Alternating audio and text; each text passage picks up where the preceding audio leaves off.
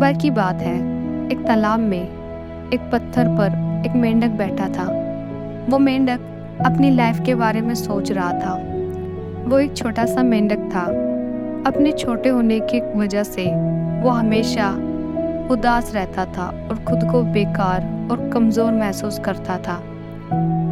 उस मेंढक के चारों ओर एक बड़ा सा तालाब था, जिसे देखकर वो खुद को और छोटा और कमज़ोर महसूस करता था। उस तालाब के पास एक बड़ा सा पहाड़ था। उस मेंढक का एक सपना था कि वो उस पहाड़ पर एक दिन जाए। पर एक दिन मेंढक ने खुद से कहा कि मैं बस एक छोटा सा मेंढक हूँ, मैं कभी वहाँ नहीं जा सकता और कभी कोई बड़ा काम नहीं कर सकता। तभी वहाँ से एक बूढ़ा कछुआ गुजर रहा था। वो उस तालाब से होकर गुजर रहा था और उस कछुए ने मेंढक की बात सुनी और उससे पूछा, तो उदास क्यों हो? मेंढक ने कहा, मैं खुद को छोटा और कमज़ोर महसूस कर रहा हूँ।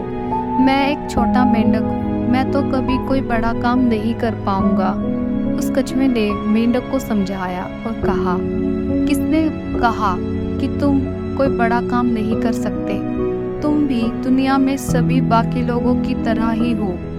जैसे सब आसानी से कोई काम कर सकते हैं, अगर तुम खुद पर विश्वास करो तो तुम भी दुनिया में कुछ भी कर सकते हो। बस तुम्हें खुद पर विश्वास करना होगा, तुम भी सब कुछ कर सकते हो। उस कछुए ने मेंढक को बताया, आकार कोई मायने नहीं रखता, बस ये तुम्हारे दिल का एक डर है। अगर तुम बड़े सपने देखते हो तो तुम दुनिया में कुछ भी हासिल कर सकते हो। मेंढक को कछुए की बात समझ आ गई और उसके अंदर आत्मविश्वास भी आ गया।